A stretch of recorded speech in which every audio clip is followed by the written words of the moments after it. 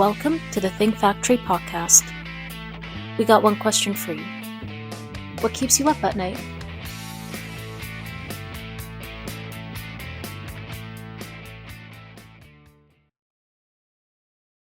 Welcome to the Think Factory's Women's Roundtable podcast, where we learn how women think big and grow business, powered by OGC Solutions. My name is Alka Bahal. I'm a partner with Outside General Counsel Solutions and the chair of our Corporate Immigration Services Group. I'll be your host today. I am so pleased to have with me here today Jessica Holst of Aligned HR Consulting. Welcome to the podcast, Jessica. Thanks so much for having me. Oh, it's an absolute pleasure. Can we start by telling your listeners a little about yourself and what you do? Sure. I am a 25-year HR professional, and at this point, I have my own consulting firm, and I work with organizations that are typically in a point of crisis. So I step in if there isn't an HR team or the HR team in-house can't handle something that has gone awry. And I handle the issue, but also leave them with a bit better HR infrastructure so that they don't find themselves in that situation again. Interesting. So just to kind of hone in on that point, I wouldn't say that Align Consulting is what I'd say in typical, quote unquote, typical HR consulting firm. You really focus on the crisis. Tell me how you're differentiated from sort of the generic pool of HR consulting. Sure. I am an interim solution and not a long-term solution. So my engagements are typically 3 to 6 months, and 6 months would be on the longer side, because my goal is to really help the company figure out what they need from an HR standpoint going forward. And for some organizations, that's what would be the right outsourced HR firm. And for some, we're looking at, okay, it's time to build an in-house org. Let's talk about what professionals we need and let's go get them and train them up. So I don't do long-term fractional support, but I do any kind of interim support. So even if it's not a crisis, for example, covering a parental leave for a period of time is something that I've done. And external audits also. Sometimes boards or CEOs just want to get an external view of how their HR function is working and how it's structured. Interesting. In typical crisis HR scenarios, whether it's a regulatory audit, a rapid scaling issue, or a leadership transition, what separates reactive HR from strategic crisis leadership? I would say one of the reasons I get called in is because for a lot of organizations, this is the first time they've seen this issue go wrong. And I have seen a lot of things go wrong at this point. Over 25 years, you get a really good toolkit. You also get the kind of broader understanding that the crisis is happening, but it will not destroy us. And so we can go calmly through it and think as we build on the future and avoiding more crises in the future. I also have a really tremendous network. And what I've found is that no crisis happens in a vacuum. Typically, when I start turning over rocks to figure out how we got here, I need to call in a whole bunch of help. And sometimes that's immigration counsel or employment counsel, IP attorneys, you name it, executive coaches, external CFOs. There's kind of a lot going on by the time an organization has gotten to the point where they have to really pick up the red phone and call for my help. Gotcha. So when a company calls you in the middle of a crisis, what has typically gone wrong? I would say recently, and this is fairly rare, but it happens, and when it happens to an organization, it's hard. I've had 2 clients recently get kicked off of their PEOs.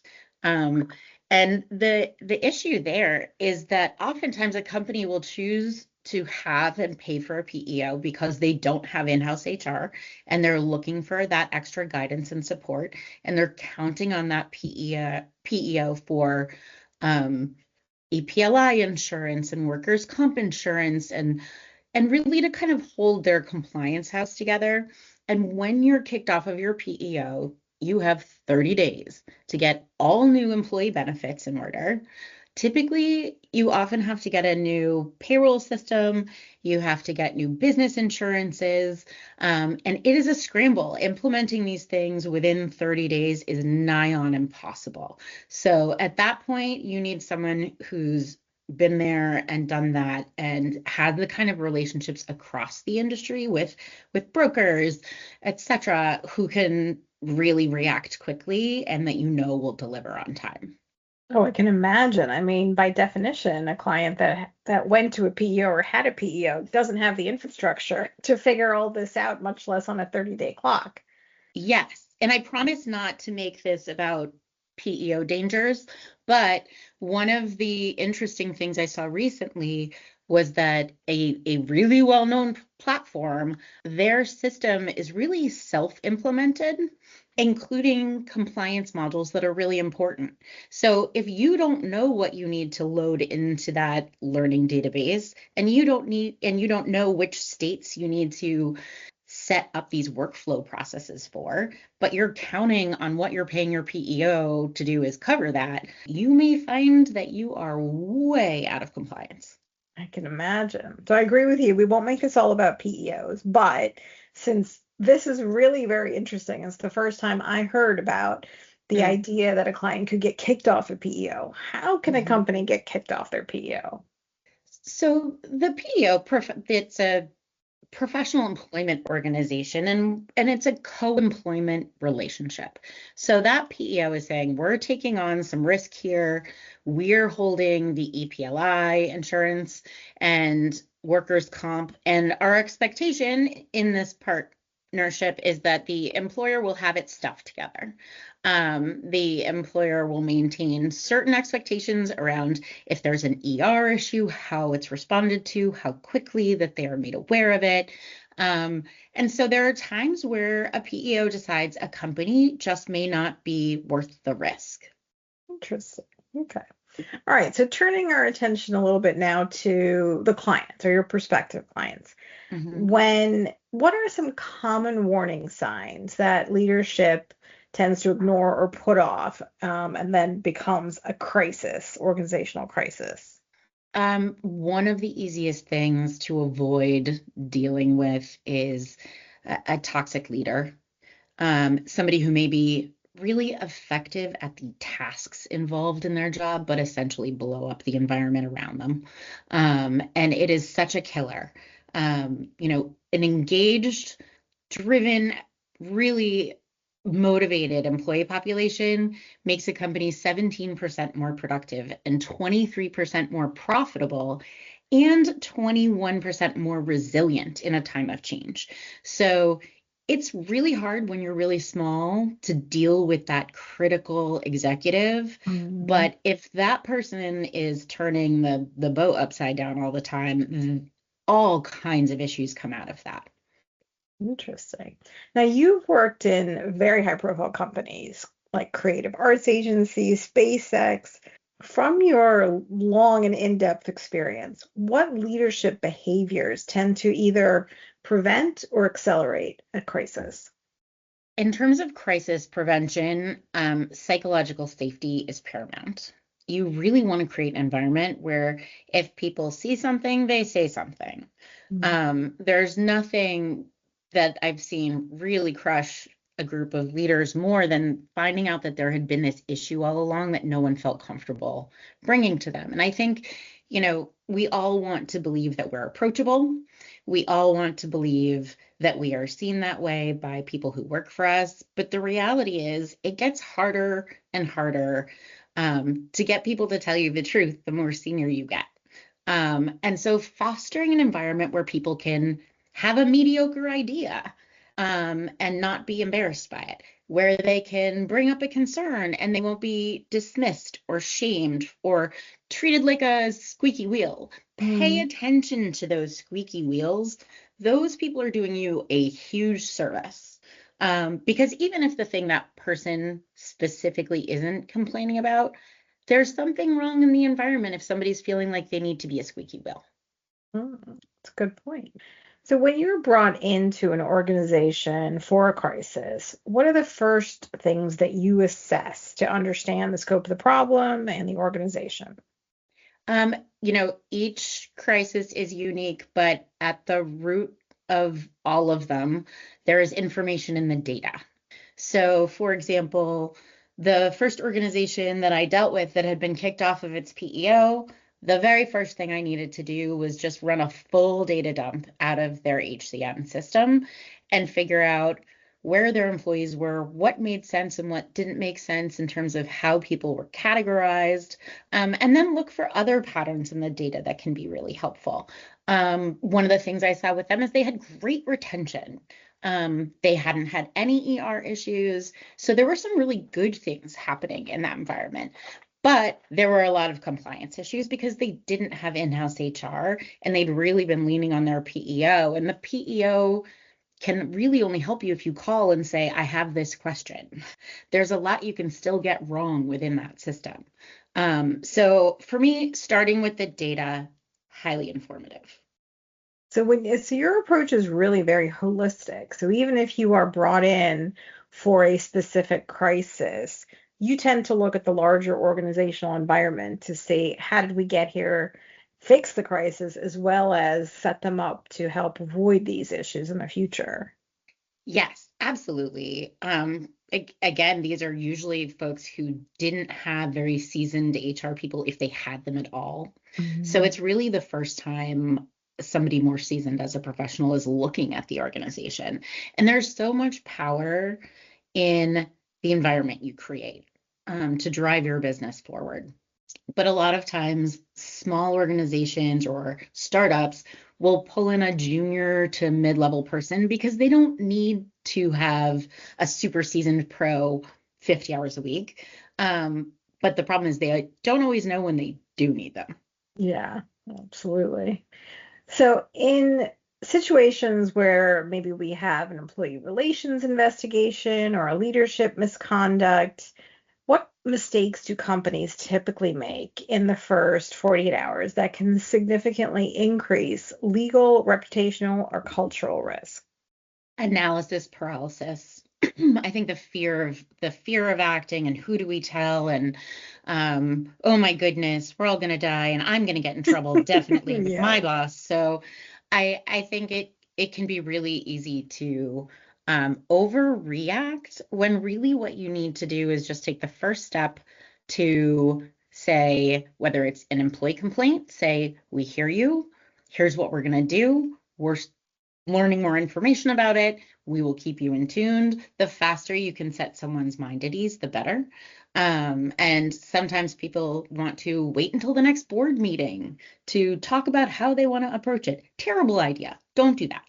You definitely want to have a compliance resource, especially if you don't have in-house HR, that you can pick up the phone and call. Whether that's your employment lawyer, or someone, along my lines, just to say, is this like a huge flashing red light, or do we have time to be ponderous? And you don't want to be ponderous. You want to handle something as quickly as humanly possible. And there are a lot of rules around that too. So for example, let's say an employee raises a concern in California that maybe they haven't been getting their overtime paid properly, or that there were issues with their time cards or their pay stubs. There are deadlines that you have to respond within according to the state of California. So if you wait a week and a half and you bring it up at the board meeting and say, what do you guys think we should do about this? You're already behind the curve. Oof. And that can be highly problematic, perhaps if you have one employee in Hugely. California and you're not used to Yep. dealing with the California issues. Yes. And I think California, because of that, California is such a great example of where your climate and culture has a positive compliance impact. Because if your team feels like, I raised this issue about my pay stub, they looked into it right away, they got back to me, they didn't treat me like a whiny baby, they're going to help you find the things that aren't going right.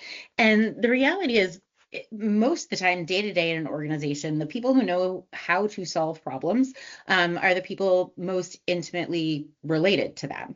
And so you really want to spend as much time creating an environment where people can ask you anything, anytime.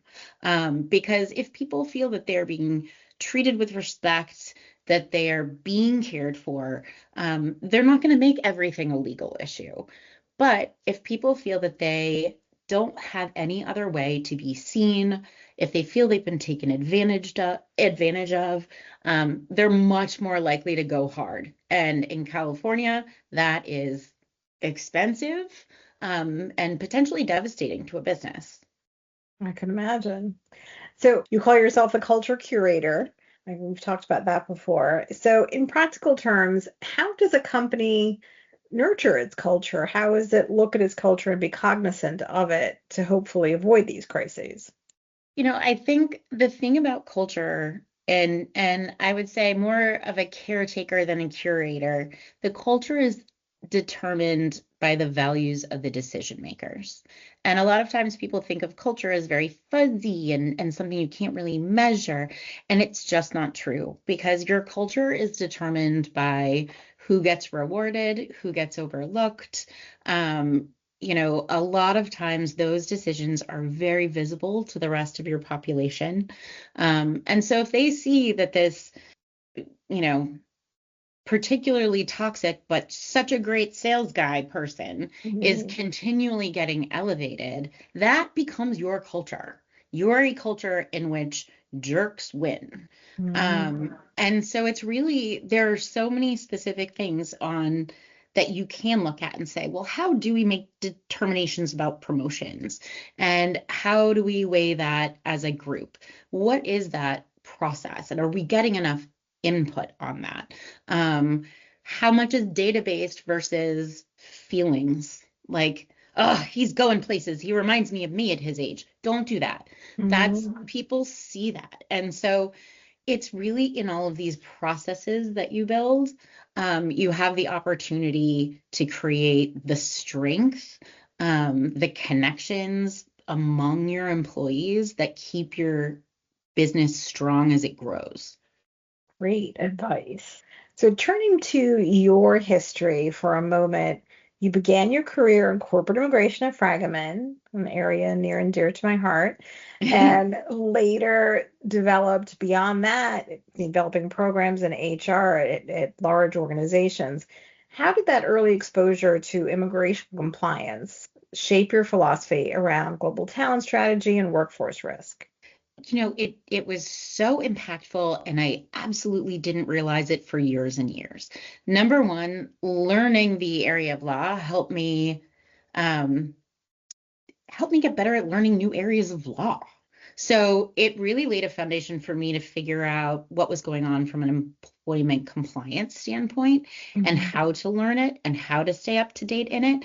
And most importantly, how to use the regulations not as fences and guardrails, but to use them to advise creative problem solving.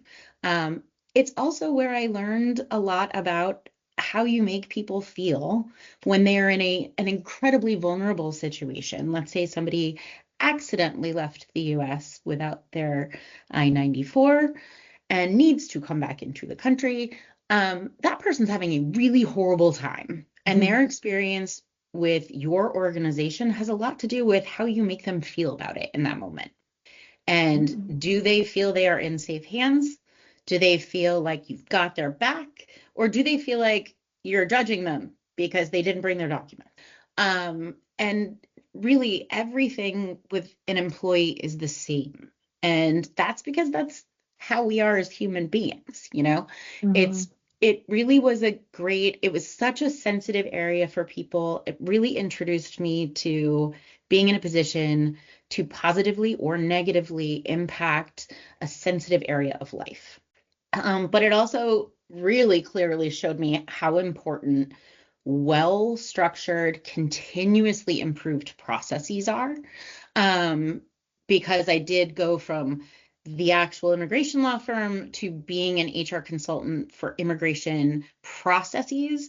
And so that was, how does our hiring process, our recruiting process, our offboarding process, our reduction in force process, how do we make sure that they are all informed by these areas that we need to be inclusive of?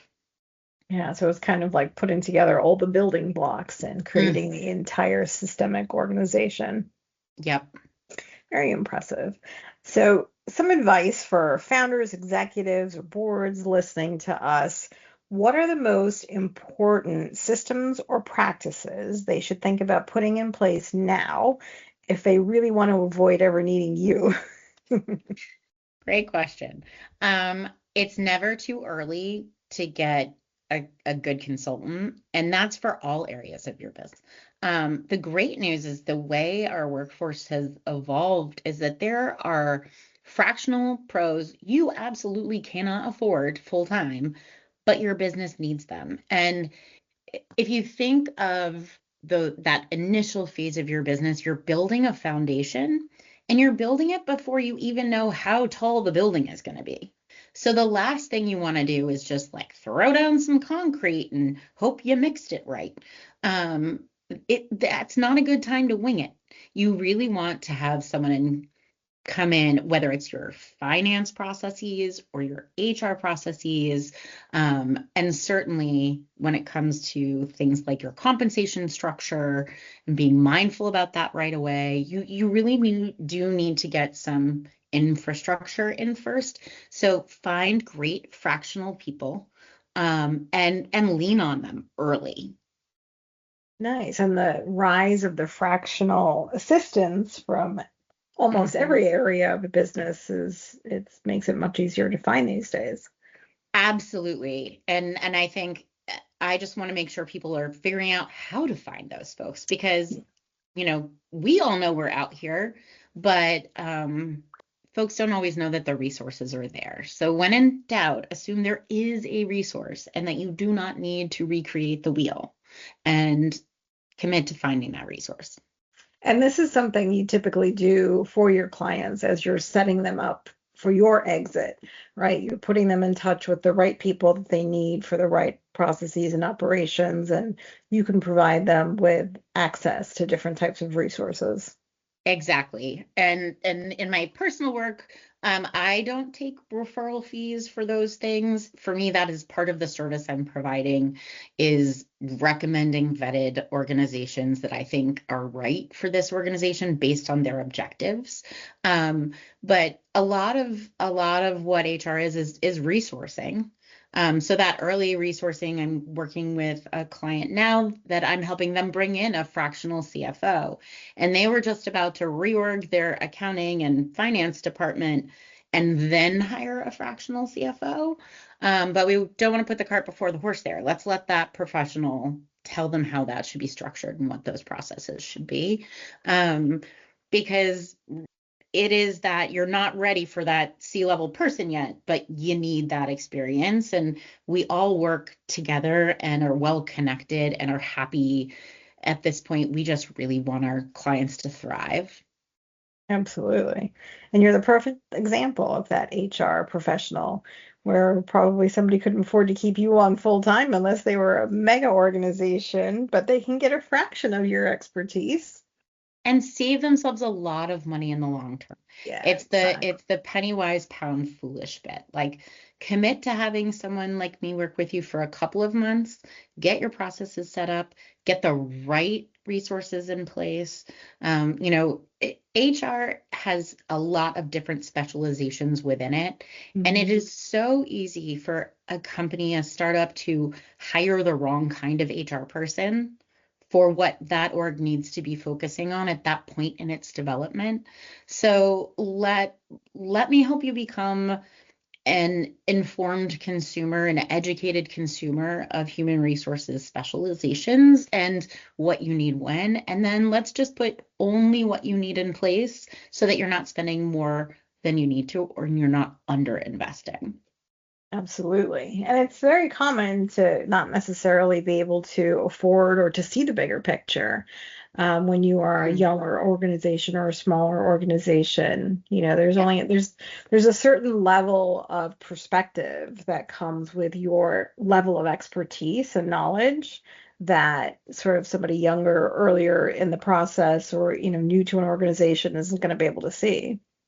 exactly. And a lot of times companies are started by the doer of a thing, not a general business professional. Yeah. It's somebody who's had a specific marketable idea, but then it's all of this stuff that's kind of back of the house, behind the scenes. They know not enough about to be able to know if they're hiring the right person, if they're interviewing correctly, what kind of answers they should be expecting from some of these questions they're asking. So really getting some seasoned business professionals in to help prop up your early systems is pretty critical. And there's nothing wrong with that, right? I mean, you only know what you know, and you can't be an Yeah, expert in everything. exactly. No, that I mean, it's everything's right with that. I certainly wouldn't try to, you know, become a dentist Right. without going to dental school just because I thought it was really cool. These are really critical processes, and I think founders are very aware of the dream that they have and the thing that they're building, but also the fact that, early on, that awareness of these livelihoods you're responsible for is a huge amount of pressure. And it is really best to, as quickly as possible, start doing the things that you do best and let other professionals do what they do best. Excellent advice. Couldn't hear the better advice for business professionals today. So it's been great talking to you, Jess. What opportunities or challenges are you looking for the remainder of this year and into next? Oh, great question. I'm really loving the opportunity to work with organizations who really want to be a great place to work, and they just don't know really how to do that. And sometimes that's they don't know the rules around payroll processing, and sometimes they don't know what's out there and ways to incentivize and reward employees. Um, I really want to work with organizations that are ready to invest in their manager training early so that they can keep those healthy, psychologically safe environments and really thrive with their employees. Um, that's kind of, I love what I do. It feels a little silly sometimes, but it is incredibly satisfying, um, getting to impact so many people's day and future. So that's just what I want to keep doing. Yeah, it really comes through that you love the work that you do and how much you enjoy it, which I think is just fantastic. Thank you. So where can our listeners find you? Where can they get more information about Aligned HR and reach out if they think they might have an issue? You can find us at alignedhrc.com on the interwebs, or reach out to me directly at jholst at alignedhrc.com. Terrific. Well, thanks for your time today, Jess. It's been an absolute pleasure. Thank you so much for having me, Elka. I look forward to speaking to you again soon. Absolutely. Thanks, listeners. That's all for today. Thank you for joining us on the Think Factory's Women Roundtable podcast. This is Elka Bahal signing off until next time.